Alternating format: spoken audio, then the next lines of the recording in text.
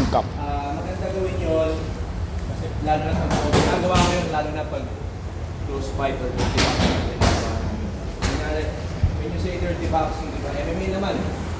So, ang gagawin ko, paso, collar tie, yung ganitong distance yung gumagano dirty boxing yan. Dirty boxing ang tawag nila. Kasi hindi naman siya talaga Boxing. Boxing siya pero hindi siya dirty. So, mangyayari yan, pag nag-collar tie, bam! Minsan pag, di ba, papasok ka ng takedown, di ba? Ang gagawin ng kalaban mo, mag-overhook siya. Wizard. Yan, okay?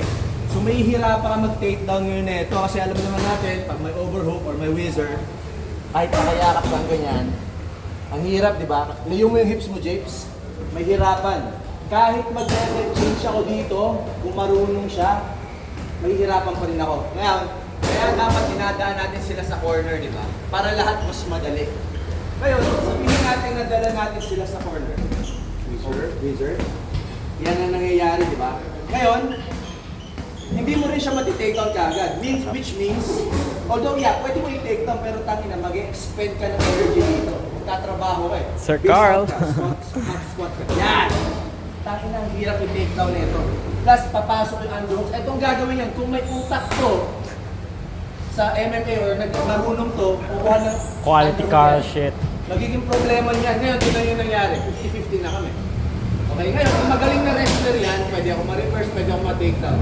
Ngayon, ako, ang gagawin ko, legal naman to, collar tie ka ulit. Ang kailangan mo unang-unang i-negate is yung movement ng paa niyan. So, dalawang ginagawa ko. Minsan, nilalagay ko dito sa gilid, pinapress kong ganito. Ngayon, galaw ka?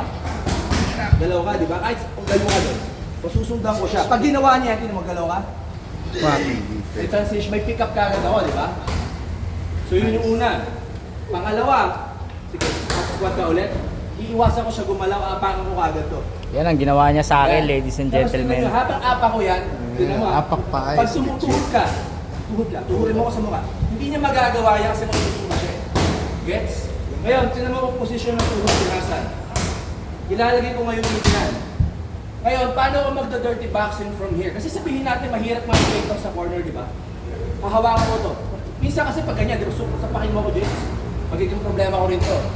So, yung first positioning ng ulo, yan. Okay?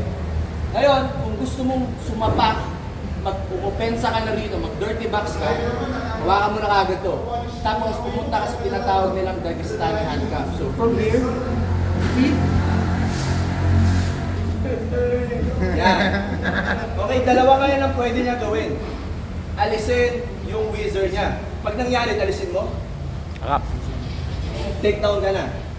Kung gusto mong, wizard ka ulit, kung gusto mong i-trap, gusto mong mag-dirty boxing lang, tingnan mo to ha.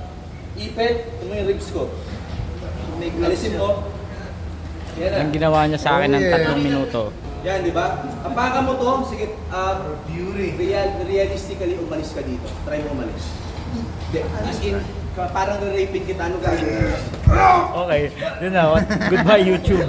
Tapos na yun. Goodbye YouTube. Yan, nakakaalis siya, alis yung ribs. Tingnan mo, hindi to bawal, hindi to headbutt eh. Ganyan mo agad.